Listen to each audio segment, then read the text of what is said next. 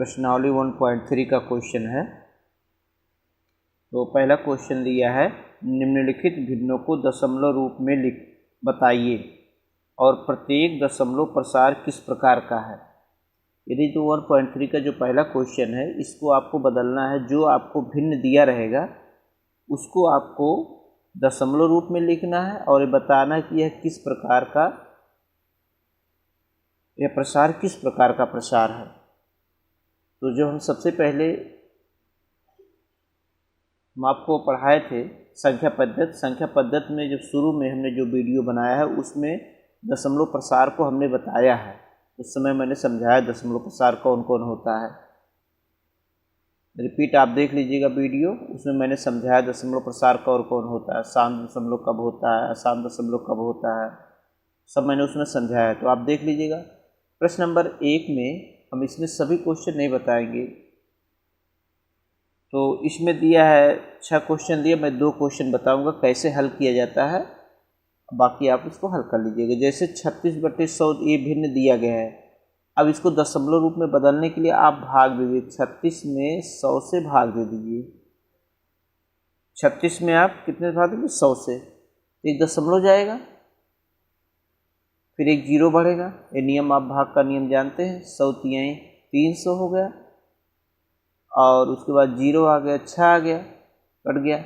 इस दशमलव के कारण फिर एक जीरो हो जाएगा, 100 छक्का 600 हो गया, यानी कि कट गया।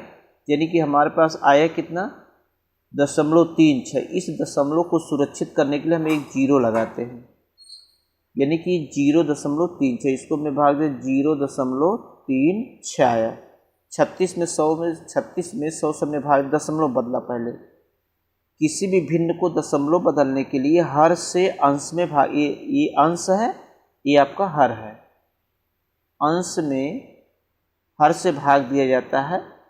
यदि शेषफल शून्य आ गया, यहाँ पर शेषफल क्या आ गया, शून्य आ गया।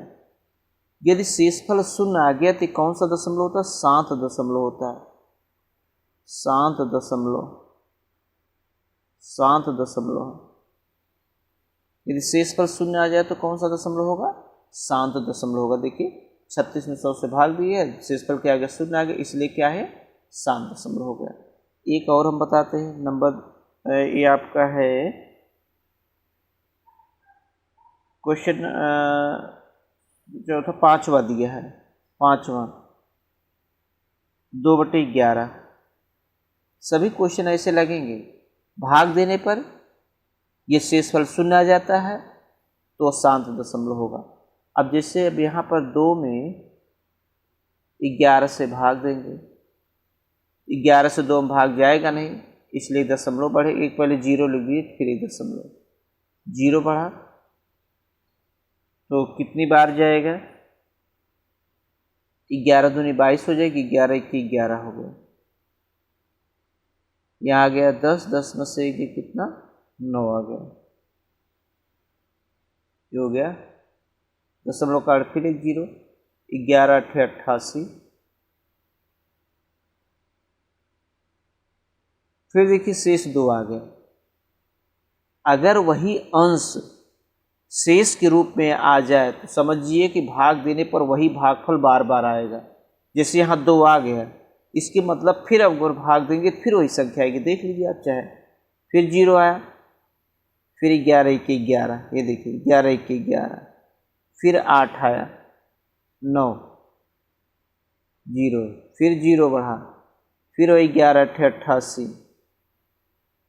फिर देखिए यहाँ पर 2 आ गया, फिर 2 आ गया। शेष देखिए, शेष वही से जो हमारा अंश है, यदि वही शेष के रूप में आए तो उसके आगे हम जो भाग देंगे वही संख्या बार बार आएगा, यानी कि 0.18 यही बार बार आएगा। यानी कि हम भाग देने पर आया कितना, 0.18, फिर 1 8, फिर 1 8, फिर 1 8, ऐसे आता रहेगा। यानी कि वही बार बार आ रहा है, 1 8, फिर 1 8, फिर 1 8। हम इसको ऐसे लिख सकते हैं 0.18 बार। ये बार का मतलब यही संख्या बार बार आ रही है, यानी कि ये 0.18 क्या आ रहा है, फिर आ रहा बार बार, 0.18 0.18 बार लगने का मतलब 0.18 फिर 1.8 फिर 1.8 फिर 1.8 फिर 1.8 ऐसे आता रहेगा। ये आपका है प्रश्न नंबर। इसी तरीके से जितना भी क्वेश्चन दिया गया सब ऐसे लगाएंगे। लेकिन ये आप अब इसको बताने कौन सा प्रसार है, इसको कहते हैं अनवसानी आवर्ती। अनवसानी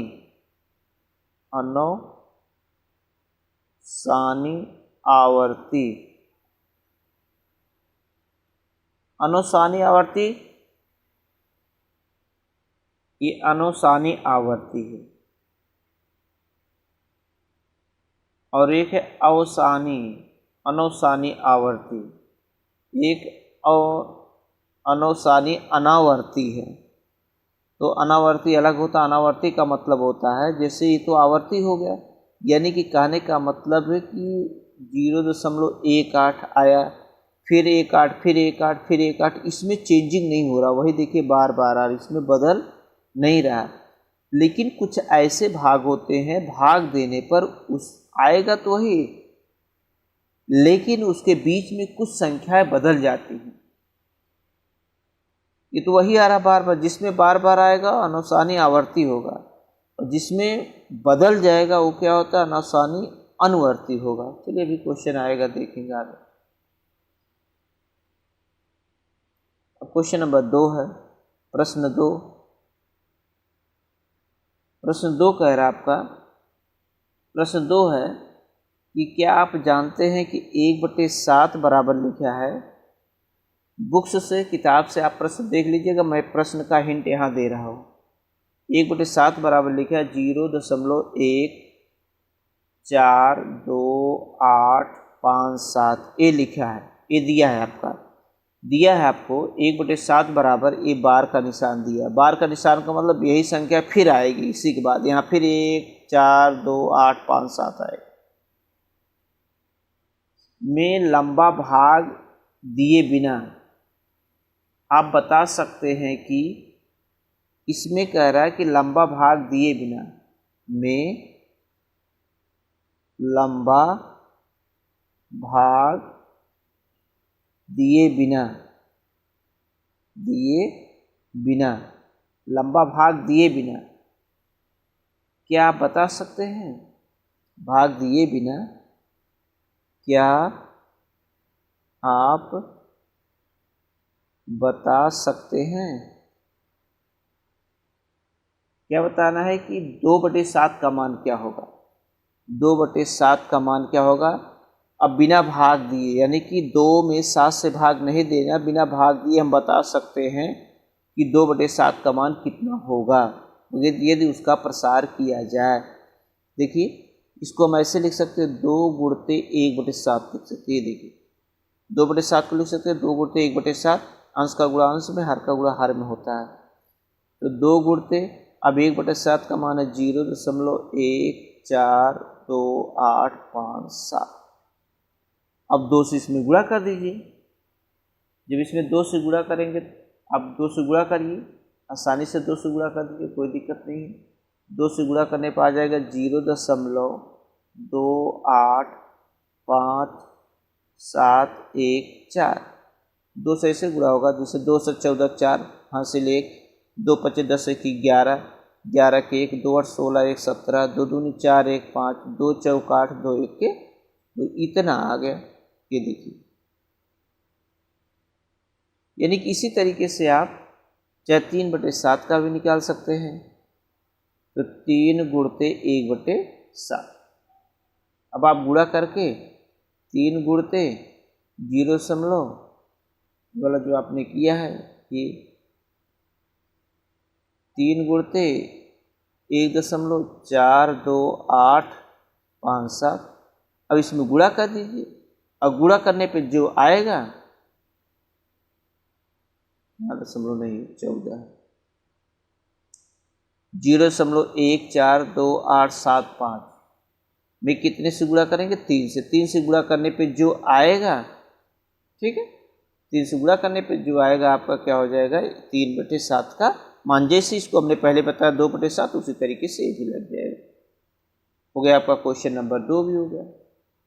अब आया क्वेश्चन नंबर 3। क्वेश्चन नंबर 3 देखिए, प्रश्न 3। प्रश्न 3 दिया है, वो 60 में हम लिख रहे हैं। जैसे पहला नंबर 1 दिया है, 0.6 को P/Q के रूप में लिखिए, के रूप में लिखिए। बहुत इंपॉर्टेंट क्वेश्चन, अच्छा ये परीक्षा में दिया जा सकता है।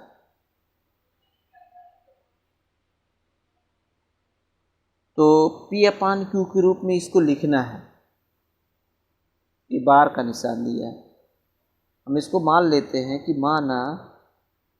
माना x बराबर 0.6 बार, हमने मान लिया, इतना मान लिया। इसको हम ऐसे लिख सकते हैं, x बराबर 0.6666 ऐसे लिख सकते हैं। इसको लिख सकते हैं ऐसे। इसको हमने माना समीकरण नंबर 1, समीकरण 1 हो गया। अब दोनों पक्षों में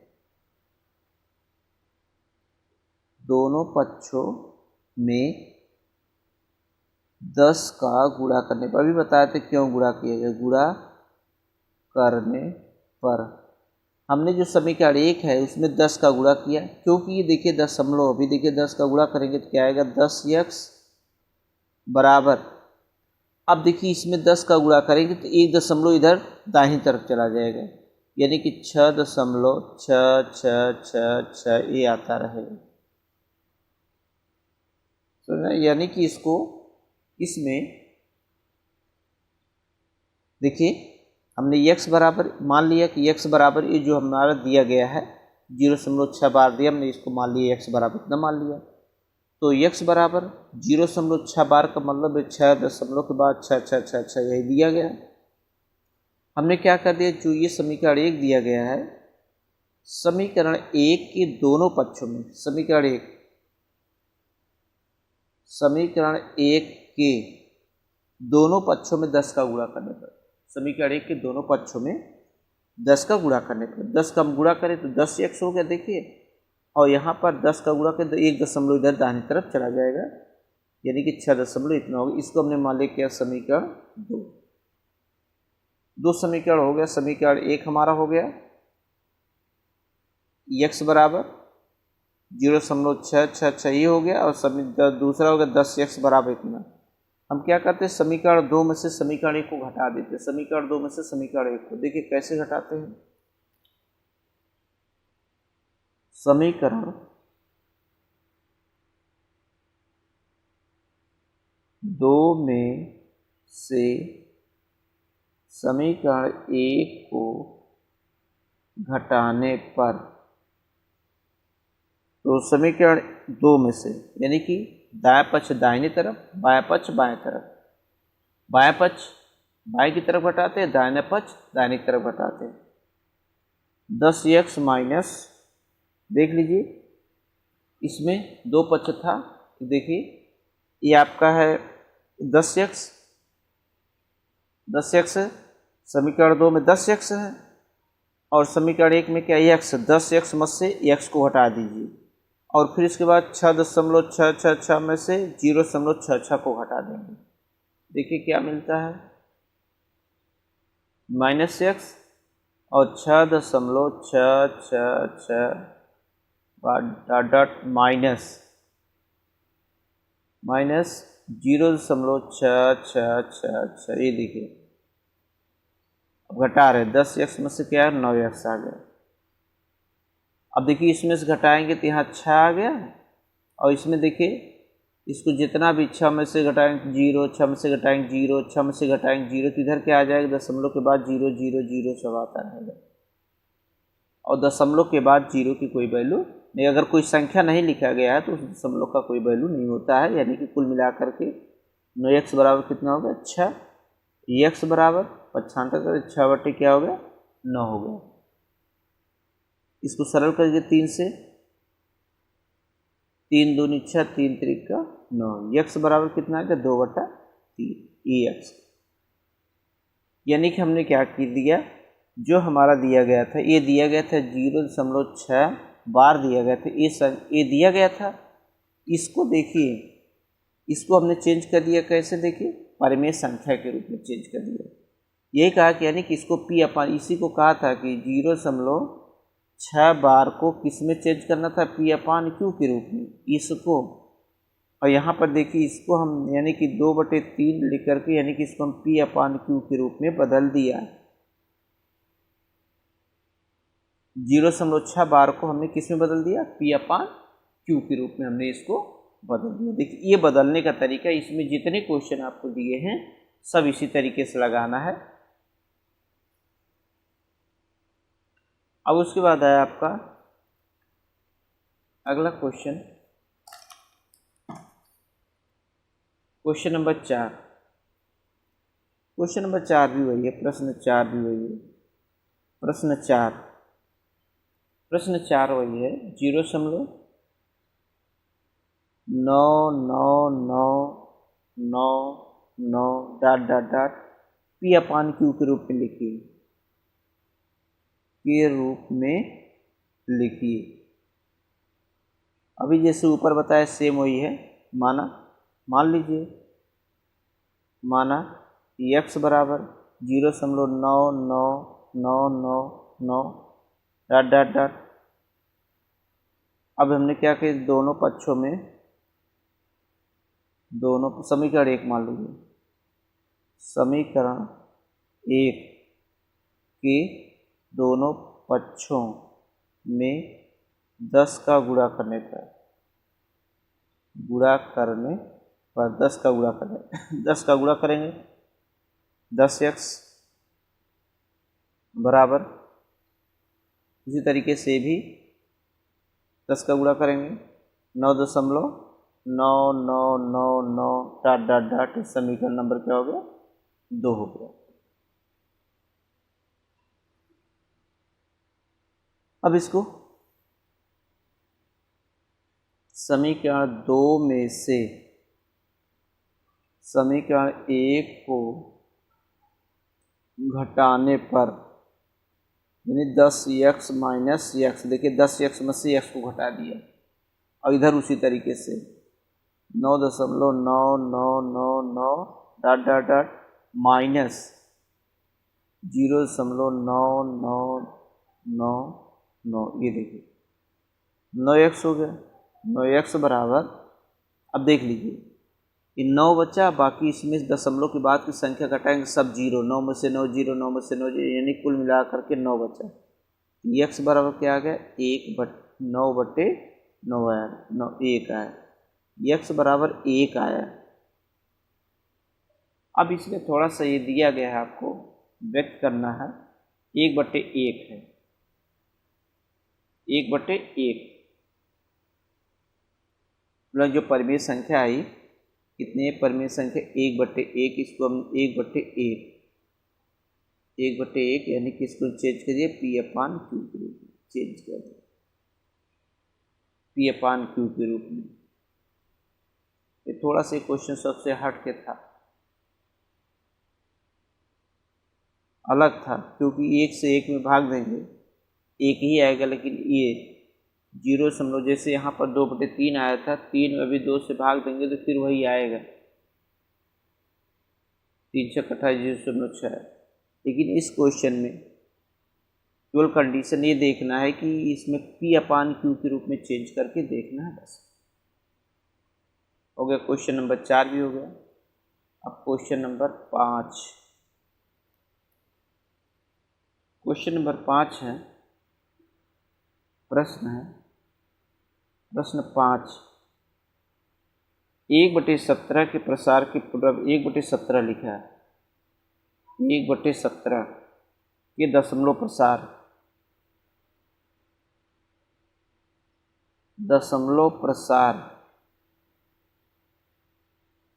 1/17 का दशमलव प्रसार, ये है 1/17 का दशमलव प्रसार। क्वेश्चन नंबर 5वां है।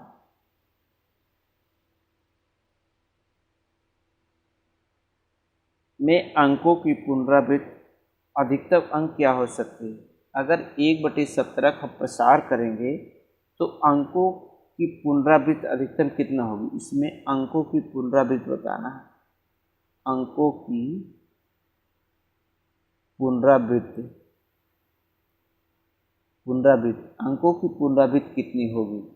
1/17 के दशमलव प्रसार अंकों को पूरा भाग देते हैं। 1/17 में भाग देते हैं, 1 में 17 से भाग देते हैं। देखते हैं क्या आता है। पहले एक 0 फिर दशमलव आया। अब दशमलव के बाद हमने 1 0 बढ़ा, लेकिन फिर भी भाग नहीं जा रहा, इसलिए फिर 1 0 बढ़ाएंगे। 1 0 यहाँ 0 हो जाएगा। तो 17 25 85, 10 में से 5 हो गया।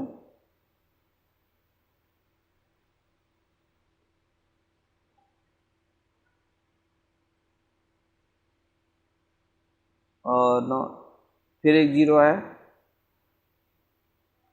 फिर क्या बार जाएगा। 17 8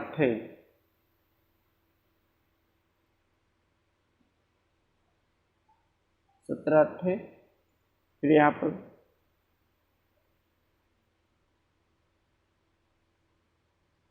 150 आया, 135, 17 8 देखेंगे, 17 8 8 7 56, 8 5 13, 136। फिर इसमें से घटा दीजिए, कितना आया, 4 आया, 5 4 गए, फिर 14 आया, फिर दशमलव का फिर 1 0 बढ़ा, फिर कै बार जाएगा, फिर 8 बार गया, फिर कितना आया, फिर 136 आया, फिर 4 आ गया, कट गया, फिर 1 0 आ गया, फिर 1 बढ़ा, फिर 17 1 17 आया, 3 आया,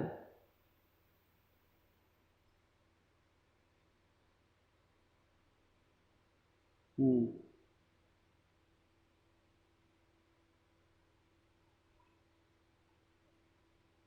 17 दूनी 34 होगा। 17 दूनी 34, 2 बार जाए, 17 17 51 ज़्यादा हो जाएगा। 17 दूनी 34, फिर 6 आया, फिर 1 0 बढ़ा, फिर उसके बाद 17 3 51, फिर 51 आया, फिर हमने घटाया, कितना है, 9 आया, फिर 90 आया, फिर उसके बाद 3 आया, फिर 5 आया,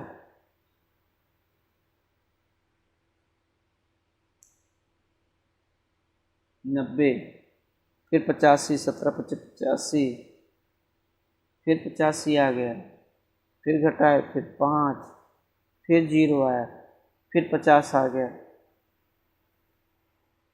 फिर आ गया 17 दूनी 34, फिर आया कितना, 17 दूनी 34 हो गया, फिर 6 आया 16, फिर 160 आ गया, फिर उसके बाद 9 153, फिर गया कितना है, 7 आ गया, फिर 70 आया, फिर उसके बाद चौका 68, फिर आया, तब तक भाग देंगे कि जब तक हर हमारा 17 ना आ जाए। नहीं, हर हमारा 1 ना आ जाए, जब तक भाग तब तक हर हमारा अंश के बराबर, मतलब कहने को तब तक हम भाग देंगे जब तक उसका हर हमारा अंश के बराबर नहीं हो जाता, तब तक भाग देंगे। फिर 2 आ गया, फिर आ गया, फिर 1 बार गया, फिर 3 आया, फिर 0, फिर 1 बार, फिर 3 आया, 13 आया, फिर 130 हो गया, फिर उसके बाद 7 119, फिर कटा, फिर 11 आया, फिर 1 जीरो बढ़ा, फिर 6 बार, फिर छक्का 102,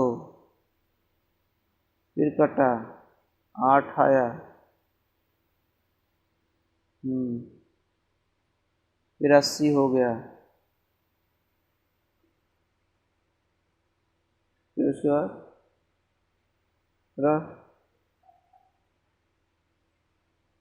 चौका, चौका 68, फिर आया 2 आया, 12 आ गया, फिर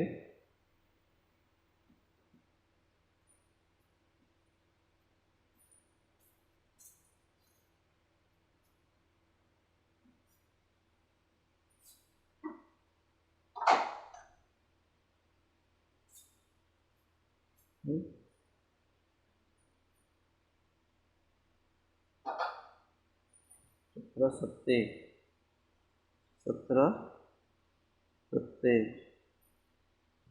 49 119 119, फिर कितना आया, 1 आया। यानी कि अब जा करके हमारा शेष कितना, 1 आया। अब इसी के बाद फिर ये रिपीट होगा, यानी कि अगर इसके बाद शेष देखिए हमारा कितना यहाँ आया, शेष 1 आ गया। अगर शेष 1 आया इसके मतलब अब फिर हम भाग देंगे, फिर यही प्रक्रिया पूरी की पूरी फिर दोहराते हैं। यानी कहने का मतलब हमने इसको जब भाग दिया, यानी कि 1/17 में 1/17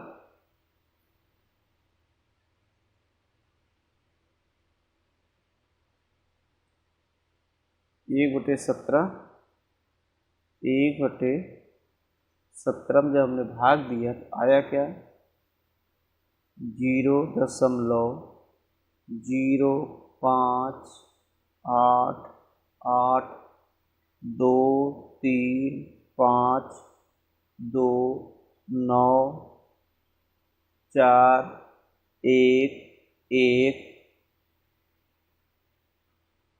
1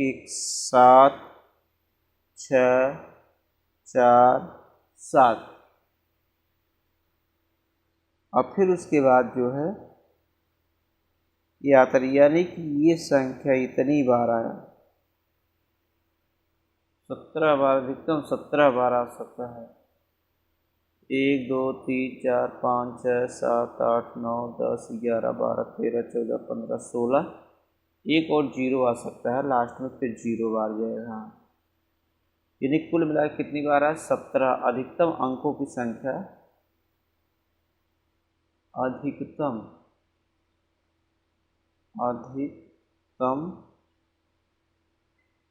अंकों की संख्या, अधिकतम अंकों की संख्या कितना, 17। अधिकतम अंकों की 17, यानी कि 1/17 का जब हम दशमलव प्रसार करते हैं इतनी बार में, तब जा करके पुनः वो संख्या हमको प्राप्त होती है। ये हमारी इसकी अधिकतम संख्या है।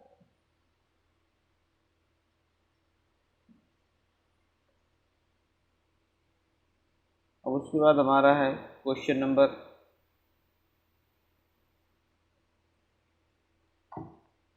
6 है, 7 है, 8 है और 9 है। 3 क्वेश्चन है, 6 7 8 9। उस क्वेश्चन को अगले वीडियो में बनाएं।